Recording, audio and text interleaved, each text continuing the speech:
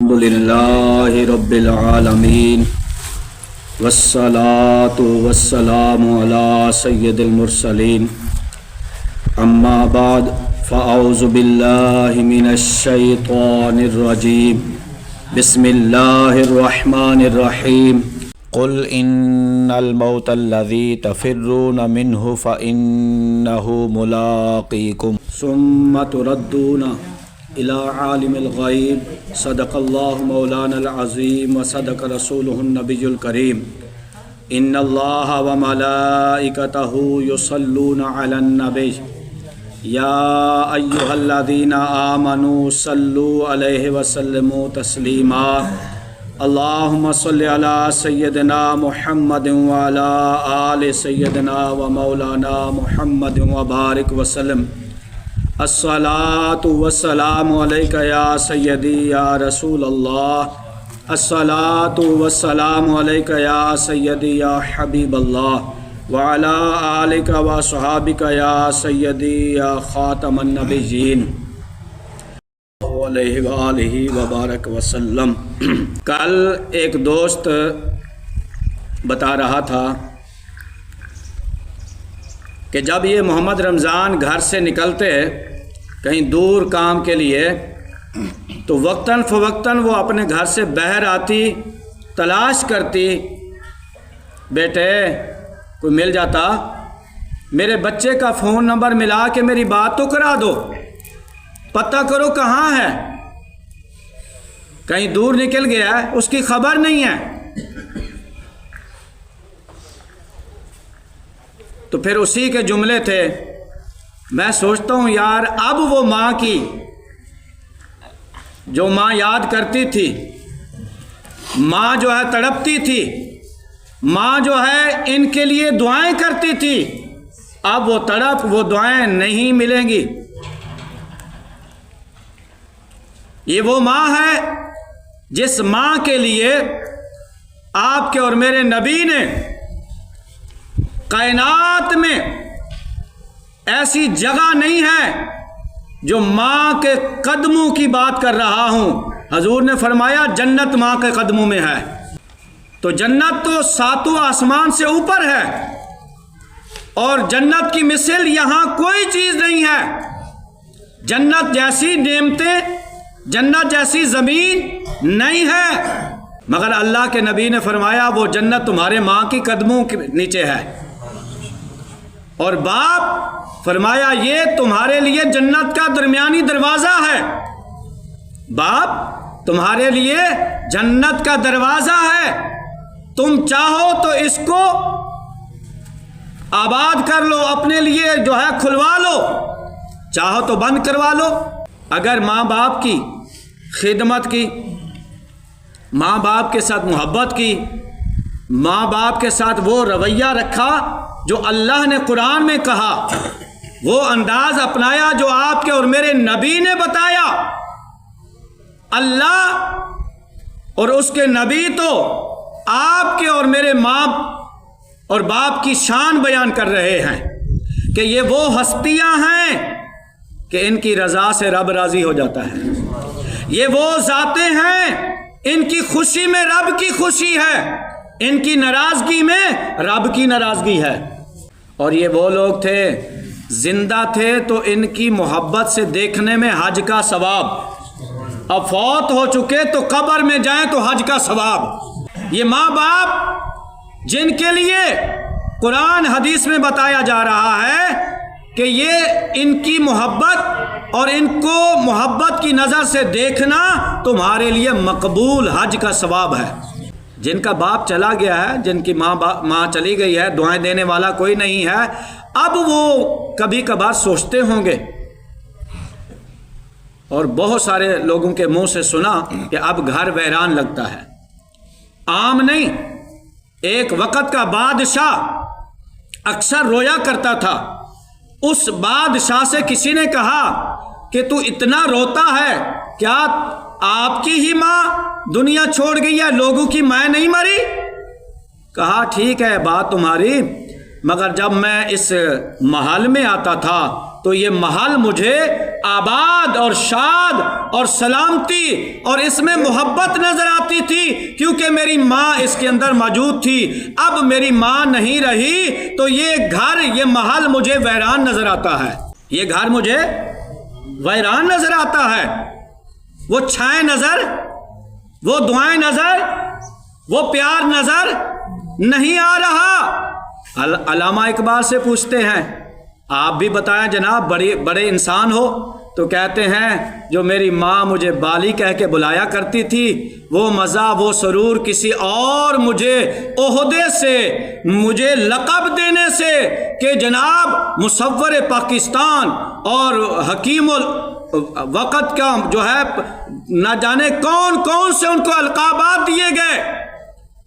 عاشق مصطفیٰ جناب علامہ اقبال ایک نام ہے، کائنات، دنیا کائنات جانتی ہے، مگر علامہ اقبال کہتے ہیں جو میری ماں پیار سے بالی کہہ کے آواز دیتی، وہ لطف مجھے کہیں سے نہیں مل رہا۔ تو پتہ چلا بڑے لوگوں کی باتیں بڑی ہوتی ہیں، وہ لوگ جانتے تھے کہ ماں کی شان کیا ہے، ماں کا مرتبہ، ماں کا گھر کے اندر جو بہار ہے وہ لوگ لطف اٹھاتے تھے اور فائدہ اٹھاتے تھے اور خدمت کر کے دعائیں لیتے تھے۔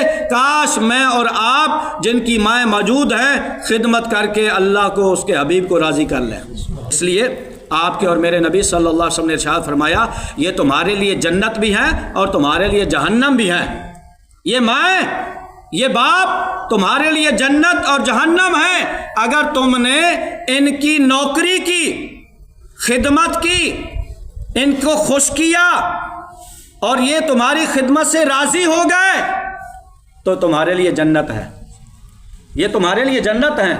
اور اگر تم نے ان کو ناراض کیا، اونچی بولا، مندہ بولا، برا بولا، اور تو کیا جانتی ہے؟ میں جانتا ہوں اس محلے کو، ان لوگوں کو میں جانتا ہوں۔ اپنی آواز کو بند کر، کہیں ایسا نہ ہو۔ میں نے پڑھا ہے کہ ایک نوجوان ماں کے آگے بڑبڑا رہا تھا، ماں ناراض ہوئی، اس کی زبان بند ہو گئی۔ ذرا توجہ کرنا، میں کچھ کہہ رہا ہوں۔ ماں کے آگے بولا، جیسے آج بولتے ہیں نوجوان، بیٹیاں بولتی ہیں، او اماں جی دور کون سا ہے، تمہیں کیا پتا؟ جس نے تجھے بچپن سے لے کر ایک دن، ایک لمحے سے لے کر تجھے چلنے تک، دیکھنے تک، پہچان تک، رشتے کی پہچان کروانے تک، بولنا سکھانا جس نے سکھایا، وہ کچھ نہیں جانتی۔ 4 لفظ پڑھے اور بہت کچھ تو جان گیا، بیٹی جان گئی، بیٹا جان گیا۔ خدا را ماں باپ ان پڑھ بھی ہوں تو ان کے قدموں میں جنت ہے۔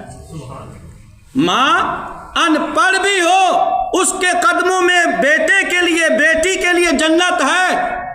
وہ جتنا بھی بڑے عہدے پر چلا جائے، عالم بن جائے، پیر بن جائے، خدا آپ کو اور مجھے اپنے جن کے ماں باپ زندہ ہیں خدمت کی توفیق دے اور ان کی محبت اور ان کی نوکری کرنے کی توفیق نصیب فرمائے، اور جن کے فوت ہو چکے اللہ ان کی قبروں پر جا کر دعائے مغفرت کرنے کی سعادت نصیب فرمائے، اور اپنی نمازوں کے ساتھ، اپنی عبادت کے ساتھ، اپنی خیرات کے ساتھ، کیونکہ میرے نبی کا فرمان ہے کہ جب تم خیرات کرنے لگو، خیرات دینے لگو، تو اس میں جو آپ کا نیت ارادہ ہے وہ بھی شامل رکھیں۔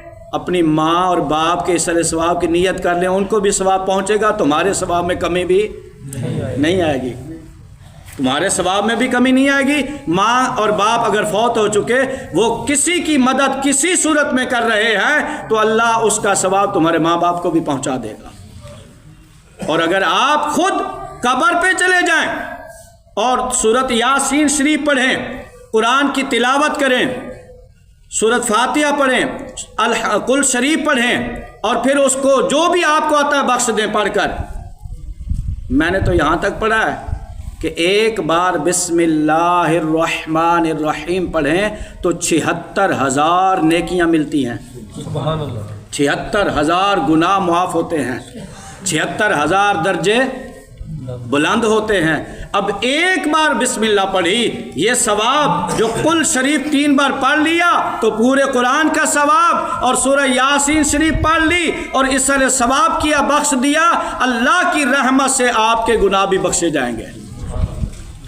اور باپ کی قبر پر آپ جائیں گے، ماں کی قبر پر آپ جائیں گے تو کل روایت میں آیا ہے کہ جو یہ قبر پہ جا رہا ہے، اس دعائیں کر رہا ہے، قبر کی زیارت کو جاتا ہے، جب یہ مرے گا تو اس کی اولاد بھی بار بار آئے گی، دعائیں کرے گی اور اللہ سے بخشش طلب کرے گی، عذاب قبر کی معافی طلب کرے گی۔ اگر آج ہم بھول گئے تو ہماری اولاد بھی، ان کو راستہ دکھاؤ، مسجد کا راستہ دکھاؤ، نیک محفل کا راستہ دکھاؤ، قبرستان ماں باپ کی قبر دکھاؤ، او بیٹے یہ تیرے دادے کی قبر ہے، میرے باپ کی قبر ہے، یہ تیری دادی امی کی قبر ہے، خود بھی دعا کرو، اس کو بھی شامل کرو۔ کل آپ چلے جاؤ گے انشاءاللہ یہ بچہ مسجد میں 5 وقت جائے گا، یہ بچہ نیک محفلوں میں بھی عادی بن چکا ہوگا، نیک لوگوں کے پاس جائے گا۔ سنیے گا توجہ کے ساتھ، جب بندہ مرنے کے قریب ہوتا ہے تو 2 فرشتے جو آپ کی نیکیاں اور بدیاں لکھتے ہیں وہ کلام کرتے ہیں آخری وقت۔ کیا کلام کرتے ہیں؟ اگر وہ کہتے ہیں کہ ہم سے تمہیں بہتر بدلہ ملے کہ تو نے ہمیں اچھی اچھی محفلوں میں مجلسوں میں بٹھایا، نیکیاں لکھنے کا، اچھے کام لکھنے کا موقع دیا، نیک لوگوں کے ساتھ بیٹھنے کا، نیک محفل میں بیٹھنے کا، نیکی بھری محفل کا ہمیں موقع دیا۔ نیک تھا تو یہ خوشی خوشی دعائیں دے کر جاتے ہیں، الوداع کرتے ہیں۔ اگر بد تھا تو کہتے ہیں ہم سے تمہیں اچھا بدلہ نہ ملے۔ کرامن کاتبین کیا کہتے ہیں؟ جب بدی کرتے ہیں وہ نوٹ کر دیتے ہیں کیونکہ ان کی ڈیوٹی ہے۔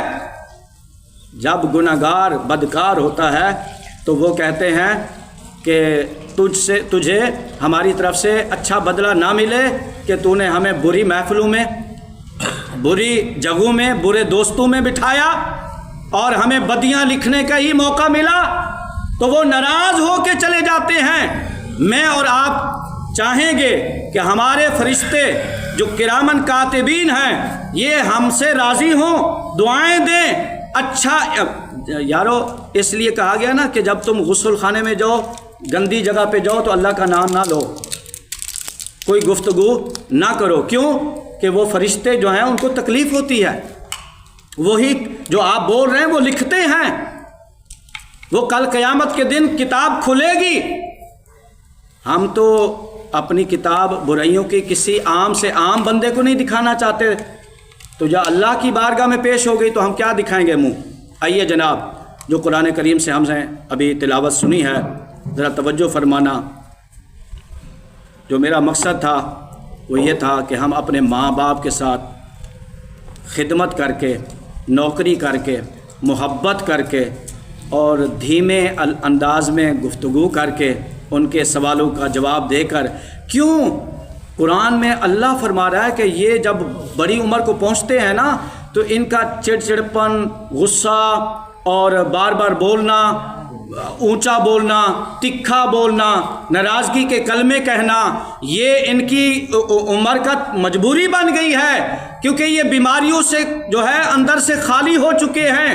اب ان کا وہ دماغ پہلے والا نہیں رہا، یہ بولیں گے، مگر اے اولاد تم جو ہے ان کے سامنے تم نہ بولنا، تمہیں اس طرح بولنے کی، جواب دینے کی اونچی اجازت نہیں ہے۔ یہ بوڑھے ہو چکے ہیں، یہ کمزور ہو چکے ہیں، یہ بیمار ہو چکے ہیں۔ اب ان کا اندر نہ جانے کس حالت میں ہے، بیماریوں کی وجہ سے، دکھوں کی وجہ سے، کبھی بیٹی کا دکھ، کبھی کسی کا دکھ، کبھی بھائیوں کا دکھ، کبھی کسی رشتہ دار کے دھوکے کا دکھ، کسی نے بے وفائی کی وہ دکھ، کبھی بچیاں ان کے رشتوں کے معاملات کی وجہ سے، یہ بہت اندر سے بیماریوں کی وجہ سے ان کے جو ہے ان پر پہاڑ ٹوٹے ہوئے ہیں۔ لہٰذا تم جو ہے ان کے ساتھ نرمی کرنا، تم کیا کرنا؟ نرمی کرنا۔ اب یہ تو تھے ماں باپ، جو میں نے آیات کریمہ پڑھی ہے وہ آپ سماعت فرمائیں، اس کے ساتھ چند احادیث مبارکہ سماعت فرمائیں۔ تو قرآن کریم میں اللہ پاک نے ارشاد فرمایا قل ان الموت الذی تفرون منہ فانہ ملاقیکم، فرمایا کہ یہ جو موت ہے جس سے تم بھاگتے ہو یہ تمہیں ضرور ملنی ہے، یہ آئے گی، یہ پیالہ پینا پڑے گا، یہ پینا ہی ہے۔ آپ کے اور میرے نبی صلی اللہ علیہ وسلم آپ نے ارشاد فرمایا کہ موت کو کثرت کے ساتھ یاد کرو، کیونکہ یہ لذات کو ختم کر دینے والی ہے۔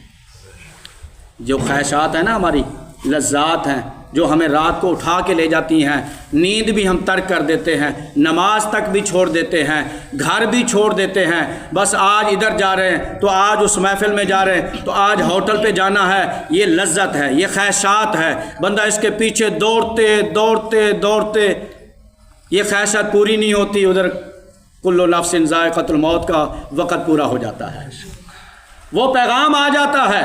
حضرات، آپ کے اور میرے نبی صلی اللہ علیہ وسلم نے ارشاد فرمایا کہ موت کو کثرت کے ساتھ یاد کرو، یہ خواہشات کو ختم کرنے والی ہے، لذات کو ختم کرنے والی ہے۔ نبی پاک صلی اللہ علیہ وسلم نے ارشاد فرمایا جس طرح تم موت کے بارے میں جانتے ہو، ہم جتنے لوگ بیٹھے ہیں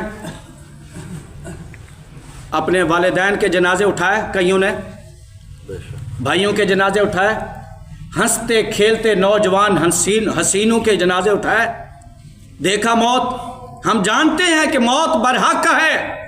آپ کے اور میرے نبی نے فرمایا جیسا تم جانتے ہو، اگر ایسے موت کے بارے میں جانور جانتے، انہیں علم ہو جاتا تو کوئی جانور تمہیں فربہ کھانے کو نہ ملتا۔ جانور موت کو سمجھ لینا، اگر اس کو پتہ ہوتا تو تمہیں کوئی جانور گوشت والا نہ ملتا، فربہ نہ ملتا، یہ حضور کا فرمان ہے۔ رسول پاک صلی اللہ علیہ وسلم کے غلاموں حضرت عبداللہ بن عمر رضی اللہ تعالی عنہ آپ سے نبی پاک صلی اللہ علیہ وسلم نے ارشاد فرمایا اے میرے غلام، جی آقا، فرمایا جب تو صبح کرے تو اپنے نفس سے شام کا ذکر نہ کر، جب تو صبح کرے شام کا ذکر نہ کر، جب شام کرے تو صبح کا ذکر نہ کر۔ اور میرے نبی صلی اللہ علیہ وسلم نے نصیحت فرمائی، وہ نصیحت ایک شخص کے لیے نہیں تھی، قیامت تک لوگوں کے لیے ہے، حضور کے تمام لوگوں کے لیے ہے، جتنے بھی کلمہ پڑھنے والے حضور کے غلام ہیں۔ فرمایا میرے غلام سنو، زندگی میں موت کے لیے اچھے عمل کر لو۔ کس نے کہا؟ کس نے کہا؟ نبی پاک صلی اللہ علیہ وسلم نے۔ زندگی اللہ نے آپ کو دی تو جب یہ زندگی ختم ہوگی توبہ کا دروازہ بند ہو جائے گا۔ آج دن ہے عمل کا، کل عمل نہیں ہوگا، حساب ہوگا۔ حساب دینے کے لیے اچھی تیاری کر لو۔ کیا کریم آقا صلی اللہ علیہ وسلم نے ارشاد فرمایا کہ اپنی زندگی میں اچھے عمل کر لو، اور اپنی صحت جو اللہ نے دی ہے بیماری سے پہلے اس کے لیے کوئی اچھا کر لو، نہ جانے کل تمہارا نام مردوں میں ہوگا یا زندوں میں۔ محترم، یہ آپ کے اور میرے نبی صلی اللہ علیہ وسلم ہمیں بتا رہے ہیں موت کے متعلق کہ موت کو یاد کرو، موت کی تیاری کرو، موت کے لیے اچھے عمل کر لو۔ دو تین باتیں ذرا غور سے سننا۔ نبی پاک صلی اللہ علیہ وسلم کی ایک اور پیاری حدیث جو میرے اور آپ کے لیے نصیحت ہے، نصیحت والی۔ آپ کسی مسجد کی طرف جا رہے تھے، آپ نے دیکھا کہ کچھ بندے اکٹھے بیٹھے ہیں اور باتیں کر رہے ہیں اور ہنس رہے ہیں، باتیں کر رہے ہیں اور ہنس رہے ہیں۔ آپ صلی اللہ علیہ وسلم نے ارشاد فرمایا اس ذات پاک کی قسم جس کے دست قدرت میں میری جان ہے، لوگو جو میں جانتا ہوں اگر تم جانتے تو فرمایا کم تم ہنستے زیادہ روتے۔ کیا کہا؟ یہ باتیں حالانکہ ہم سننے کے لیے تیار نہیں ہیں۔ مولوی صاحب کوئی چنگی نعت سنا، چنگے شعر و شاعری، کلام میاں صاحب کا کلام سنا، کلام باہو سننے والے ہم لوگ ہیں۔ خدا را یہ بھی فرمان اپنے نبی کے سماعت فرمائیں۔ اور اس کے ساتھ ساتھ اپنے اندر جگہ دیں اور ان کو یاد فرمائیں اور ان کے مطابق اپنی زندگی میں عمل فرمائیں۔ یہ عمل کی دنیا ہے، کل عمل نہیں ہوگا، حساب ہوگا۔ حضرات کریم آقا صلی اللہ علیہ وسلم نے ارشاد فرمایا، خدا کی قسم جو میں جانتا ہوں تم جان لیتے تو تم جو ہے کم ہنستے زیادہ روتے۔ ہنسنے کا مقام، یہ دنیا مسافر خانہ ہے۔ مسافر کو کبھی خوش دیکھا ہے؟ مسافر کی منزل جب تک نہیں ملتی وہ راستے میں پریشان ہی رہتا ہے، مگر ایک بات ضرور ہے، مسافر اپنا زادِ راہ پورا لے کر جاتا ہے۔ ہم مسافر ایسے ہیں، ہم کہتے ہیں اللہ بخش دے گا، مولوی صاحب بس کرو، اللہ بخش دے گا۔ خدا کے لیے جناب یہ جو میں نے عرض کی ہے یہ حدیثیں ہیں، اللہ کے نبی کے فرمان ہیں۔ تو میں دنیا کی بادشاہ کی ایک مثال دیتا ہوں۔ حضرت وہب بن منبہ رحمۃ اللہ علیہ فرماتے ہیں، ایک بادشاہ کہیں جانے کے لیے تیاری کی، اچھے اچھے لباس منگوائے، پسند نہ آئے، ایک لباس پسند نہیں، دوسرا آیا پسند نہیں، تیسرا آیا پسند نہیں، کئی لباس لائے گئے، آخر ایک پسند آیا تو وہ پہن لیا۔ سواری منگوائی عالی شان، پسند نہیں ہے، دوسری منگوائی پسند نہیں ہے، یہاں تک کہ کئی سواریاں اعلیٰ سے اعلیٰ لائی گئی تو ایک پسند آئی، اس کے اوپر بیٹھا، سوار ہو کر بڑا لشکر لے کر روانہ ہونے لگا۔ شیطان نے آ کر اس کے ہاں پھونک ماری اور کہا کہ تو بڑا انسان ہے، تو بڑے طاقتور ہے، تیرا بڑا عہدہ ہے، اتنا بڑا لشکر ہے، اور تو تیری کیا بات ہے؟ وہ تکبر کی وجہ سے پھول گیا، لوگوں کو حقیر سمجھنے لگا اور آپ تکبر میں آ گیا، لوگوں کی طرف دیکھ نہیں رہا تھا، سواری پر جا رہا ہے۔ چلتے چلتے راستے میں ایک سادہ لباس والا جو ہے سادہ انداز، سادہ لباس، غریب جیسا انسان آیا، اس نے آ کر سلام کیا، بادشاہ نے اس کا جواب نہ دیا، تکبر میں تھا۔ اس شخص نے سواری کی لگام پکڑی، کھینچا، کہا تم سے بات کرنا چاہتا ہوں، بات کرو۔ تو اس نے کہا تم گستاخی کر رہے ہو، تم جانتے نہیں ہو۔ اس بادشاہ نے یہ دھمکیاں لگائی، اس نے کہا میں ایک بار میری بات ذرا غور سے سن لیں، کان کریں۔ جب کان کیا تو کہا میں عزرائیل ہوں۔ میں کون ہوں؟ ملک الموت ہوں، تیری موت کا وقت آ چکا ہے۔ کانپنے لگا، زبان تھرتھرانے لگی، عجیب سی حالت ہو گئی۔ کہنے لگا تھوڑی دیر کے لیے مجھے گھر واپس جانے دو، میں نے کچھ کام مکمل کرنے ہیں، حساب مکمل کرنے ہیں، اور کچھ بچوں سے بیوی سے مل لوں، الوداع کہہ لوں۔ فرمایا خدا کی قسم ایک سیکنڈ بھی اب وقت نہیں ملے گا۔ اسی وقت روح ان کی نکالی اور زمین پر وہ نیچے گر پڑا۔ میرے پاس بھی طاقت کچھ نہ کچھ، آپ کے پاس بھی طاقت ہے، بچوں کی، دولت کی، یہ وہ فلاں عہدہ، گھر ہے میرا اتنا بڑا، مجھے کیا ضرورت ہے کسی کی؟ میں کسی سے ڈرتا ہوں؟ کئی مرتبہ میں سنتا ہوں نا، بچے کہہ رہے ہوتے ہیں میں کسی سے ڈرتا ہوں۔ واہ میرے نوجوان، تجھے کیا تعلیم حاصل ہوئی؟ یہ مسلمان کہے میں کسی سے ڈرتا ہوں۔ میں آپ کو کیا کہوں، ایک بات میرے ذہن میں آ رہی ہے، وہ بتانے والی نہیں ہے۔ نوجوان پتہ نہیں کہاں سے کہاں چلے جاتے ہیں، نہ ماں دیکھتے ہیں، نہ باپ دیکھتے ہیں، نہ استاد دیکھتے ہیں۔ ایسی وقت آ گیا ہے۔ حضرات اسرائیل علیہ السلام نے ان کی روح کو نکالا، مہلت نہ ملی۔ کتنا بڑی طاقت، کتنا بڑا عہدہ تھا، کتنا بڑا نام تھا، محلات میں رہنے والا، محل وہاں رہ گئے، عہدے وہیں رہ گئے، سواریاں وہیں رہ گئی، لشکر وہیں رہ گیا، نہ طاقت کام آئی، نہ دولت، نہ سواریاں، اور نہ ہی وہ لشکر، نہ اتنا بڑا جو بڑا نام، چاروں طرف سے فوج، پولیس، پروٹوکول، عزتیں، نیچے دیکھ ہی نہیں رہا تھا، تکبر میں تھا۔ اللہ کو تکبر پسند۔ اب ذرا آگے چلیں، یہی اسرائیل علیہ السلام آگے بڑھے، ایک نوجوان ملا، تنہا پیدل جا رہا ہے. کہیں یار سبحان اللہ. اللہ اس کے صدقے مجھے اور آپ کو بھی بنا دے ایسا. اسرائیل علیہ السلام انسانی شکل میں اس سے جا کر ملاقات کی. کس شکل میں؟ انسانی شکل میں. سلام کیا. اس نوجوان نے جواب دیا, بڑے احترام سے جواب دیا سلام کا. جب جواب دیا تو اسرائیل قریب ہوئے, کان میں کہا, نوجوان تمہاری موت کا وقت آ چکا ہے, میں اسرائیل ہوں, ملک الموت تمہارے پاس پہنچا ہوں. فرمایا مرحبا مرحبا مرحبا, آئیے, کب سے انتظار تھی تمہاری.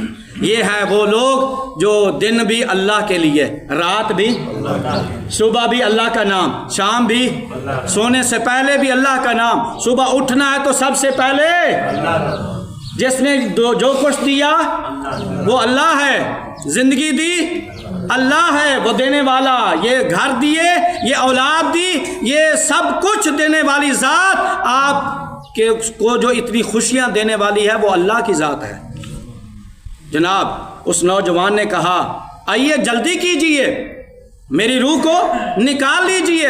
فرمایا تو جہاں سے نکلا تھا اپنے گھر, جہاں جا رہا ہے, جا اپنا کام مکمل کر لے. کہا کہ کیا آپ کو اجازت ہے ایسی؟ فرمایا ہاں, مجھے اللہ کی طرف سے حکم ہوا ہے.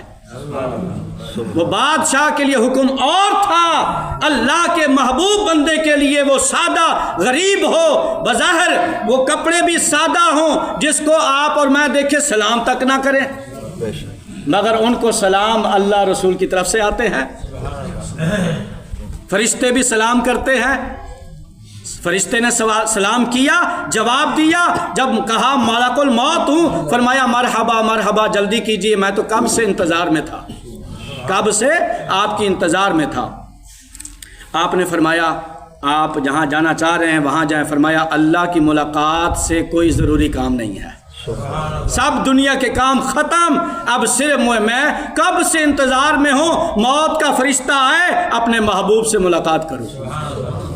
کاش میرے اور آپ کا بھی محبوب خدا کی ذات ہو جائے, خدا کا رسول ہو جائے.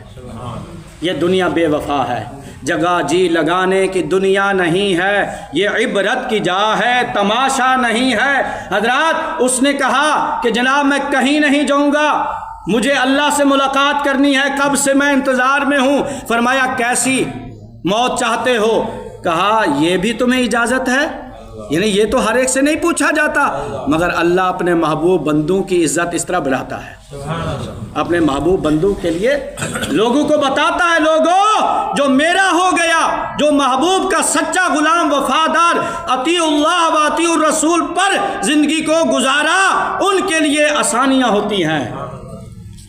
نوجوان نے کہا اگر ایسی بات ہے تو مجھے وضو کر کر 2 رکعت نماز نفل پڑھنے دو, جب میں سجدے میں جاؤں تو میری روح نکال لینا, جب میں سجدے میں جاؤں تو میری روح نکال لینا. پھر کیا ہوا, اس نوجوان غریب نے وضو فرمایا, نماز شروع کی, جب سجدے میں گیا تو اس کی روح کو نکال لیا. موت ہو تو ایسی, موت ہو تو اللہ ہمیں بھی ایسی نصیب فرمائے. باوضو ہوں, مسجد میں ہوں, نماز پڑھتے ہوں, جائے نماز پر ہوں, اللہ کا نام لیتے ہوں, ادھر موت کا فرشتہ آ جائے. اللہ ہم سب کو نصیب فرمائے. حضرت ابو بکر رحمۃ اللہ علیہ یہ بزرگ ہیں, یہ فرماتے ہیں بنی اسرائیل کی قوم کا ایک شخص جو بڑا مالدار تھا, بہت اللہ نے اس کو دیا تھا. جب اس کی موت کا وقت آیا تو کچھ دیر پہلے اپنی اولاد کو اکٹھا کیا, کہنے لگے میرے جانور لاؤ, مال لاؤ, اور میرا جو کچھ بھی میں نے کمایا ہے وہ میرے سامنے کرو. جب سامنے گھوڑے لائے گئے, اونٹ لائے گئے, گائیاں لائی گئی, اور ان کے سامنے مال و دولت لایا گیا, تو ادھر اسرائیل علیہ السلام آ پہنچے. ادھر کون پہنچا؟ اسرائیل علیہ السلام آ پہنچے. اسرائیل علیہ السلام نے دیکھا تو وہ رو رہا تھا. کہا روتا کیوں ہے؟ اس نے کہا میں نے اتنی محنت کی, مشقت کی, مال و دولت, جانور, یہ سب کچھ بنایا, آج میں یہ سب کچھ چھوڑ کے, آپ بھی چھوڑیں گے, میں بھی چھوڑوں گا, مگر اس سے پہلے اللہ کرے کہ کل کا حساب بڑا مشکل ہے, ایک ایک پائی ذرے ذرے کا حساب دینا ہے. حضرت ابو بکر صدیق کی موت بتا دو. حضرت ابو بکر صدیق رضی اللہ تعالیٰ عنہ کی موت ابو بکر صدیق رضی اللہ تعالیٰ عنہ عاشق مصطفیٰ اس امت کے امام، حضور کی امت کے صحابہ کے امام، علی کے امام، ابو بکر، عثمان اور عمر پاک کے، بلال حبشی کے امام. اللہ، جیسا خرچ انہوں نے کیا، جیسا خیرات، ان کو پتا تھا نا موت زندگی کا اینڈ ہے. اللہ اکبر. کئی مرتبہ ایسا ذکر ہوتا کہ آپ روتے اور بہت روتے، کاش کہ میری ماں نے مجھے پیدا ہی نہ کیا ہوتا، کل اللہ کی بارگاہ میں حساب. رو پڑتے، بہت روتے، کہتے کہ میں پیدا ہی نہ ہوتا، ایک پرندہ ہوتا، چڑیا ہوتی، جانور جو ہے وہ پرندہ ہوتا، کبھی ادھر سے اڑتا ادھر چلا جاتا. کل قیامت کے دن اللہ کے بارگاہ میں حاضر ہونا ہے، زندگی کا حساب دینا ہے. مگر ابو بکر تیری ذات پر قربان لاکھوں کروڑوں سلام ہوں کہ آپ کے بارے میں آتا ہے کہ جب کل جنت کھلے گی تو جنتی جو ہے نمازی باب الصلاۃ سے، مجاہد باب و جہاد سے، اور روزے رکھنے والا باب و ریان سے، اس طرح وہ جنت میں داخل ہوں گے. مگر ایک ذکر ہوا کہ کچھ ایسے ہوں گے جن کو ہر دروازے سے بلایا جائے گا. مگر حضور سے یہ بات ہو رہی تھی تو حضور سے پوچھا ابو بکر نے، آقا وہ کون خوش نصیب جو جنت میں ہر دروازے سے؟ فرمایا مجھے امید ہے وہ ابو بکر. سبحان اللہ. باب و صدقہ سے بھی ابو بکر کو آواز آئے گی، باب و صلاۃ سے بھی ابو بکر کو آواز آئے گی، باب و ریان سے بھی. ایک دن حضور بیٹھے ہیں، محفل لگی ہوئی ہے، نبی پاک صلی اللہ علیہ وسلم کے صحابہ بھی بیٹھے ہیں، عمر پاک بیٹھے ہیں، حضرت سیدنا ابو بکر صدیق بھی بیٹھے ہیں. فرمایا تم میں سے کون ہے جس نے روزہ رکھا؟ خاموش. پھر پوچھا، ابو بکر عرض کی تھی یا رسول اللہ آپ نے ہی ترغیب دلائی، اب آپ ہی پوچھ رہے ہیں تو میں عرض کر دیتا ہوں ابو بکر نے روزہ رکھا ہوا ہے. سبحان اللہ. آج کس نے تیمارداری کی؟ فجر کی نماز ہے، ابھی تو اٹھے ہی ہیں. فرمایا یا رسول اللہ عبد الرحمن بن عوف جو ہیں ان کے بارے میں پتہ چلا بیمار ہیں تو میں تیمارداری کر کے آیا ہوں. سبحان اللہ. آج صدقہ کس نے کیا؟ خاموش.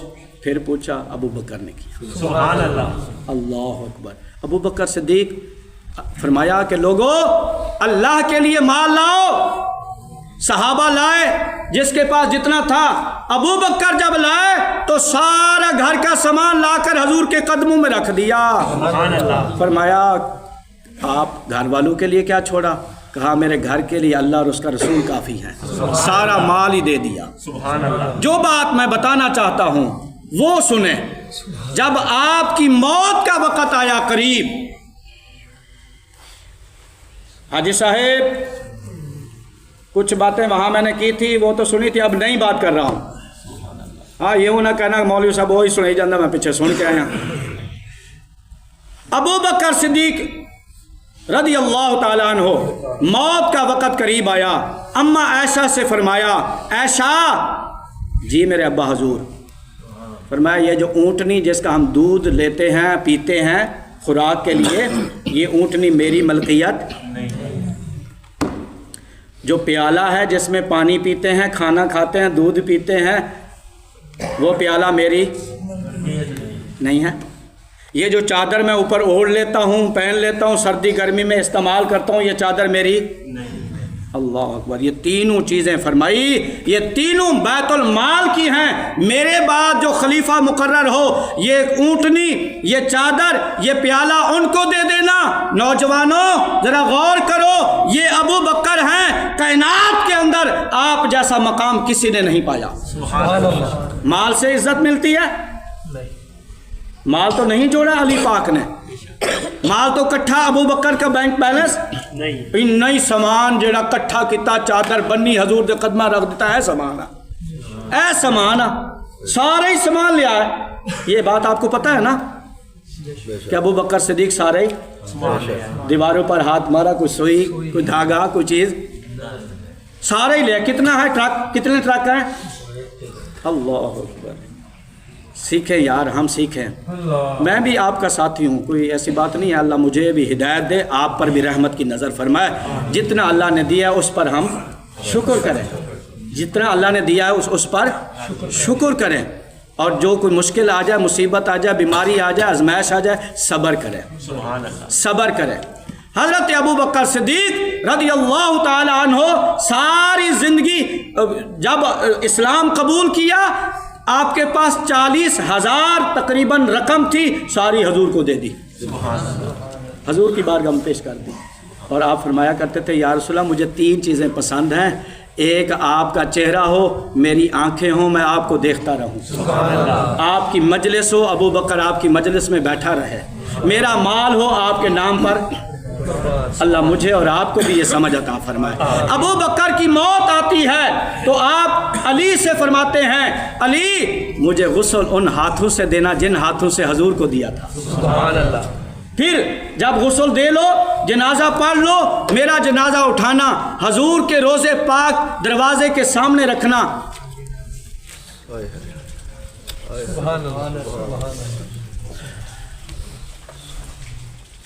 کہوں سبحان اللہ، میرا جنازہ حضور کے روضے پاک کے روضہ رسول وہ گنبد خضرا دروازے کے سامنے رکھنا، سلام عرض کرنا، دروازہ کھل جائے اجازت لینا تو مجھے بھی حضور کے ساتھ ہی دفنا دینا، اگر نہ کھلے تو مجھے جنت البقیع میں دفنا دینا۔ جب جنازہ پڑھا گیا، آپ کو جنازے کو اٹھا کر حضور کے روضے پاک کے سامنے رکھا گیا، جب وہاں عرض کی تو دروازہ کھل گیا، آواز آئی ادخل الحبیب الی الحبیب، دوست کو دوست کے پاس لے آؤ۔ سبحان اللہ، یہ ہے عشق، حضور سے محبت، ساری زندگی ہر حالت میں حضور کا ساتھ دیا، محبت کی، پیار کیا، نمازیں، روزے، صدقہ، مال اللہ کی راہ میں خرچ کیا۔ آج اللہ کے نبی سے اتنی سچی محبت کی کہ حضور نے قیامت تک اپنے ساتھ سلا لیا۔ تو پتہ چلا جو اللہ سے پیار کرتا ہے نا، اللہ کے نبی سے پیار کرتا ہے، اللہ تعالیٰ ان کو دنیا میں بھی عزت عطا فرماتا ہے، قیامت تک اس کی قبر جنت کا باغ بن جاتی ہے۔ تو ابو بکر صدیق کی موت، آپ کو میں نے اشارہ دیا کہ مال کتنا اکٹھا کیا تھا، عمر پاک تڑپ اٹھے، ابو بکر اپنی زندگی تو سادہ گزار گئے، پیچھے والوں کے لیے آزمائش چھوڑ گئے، بس اتنا، ایک پیالہ، ایک چادر، ایک اونٹنی۔ اللہ اکبر، وہ جانتے تھے کہ یہ مال کام نہیں ہے، اللہ رسول راضی ہیں تو زندگی گزر جائے گی، قیامت قبر بن جائے گی، حشر بن جائے گا، جنت مقدر بن جائے گی، پھر سب کچھ ملے گا۔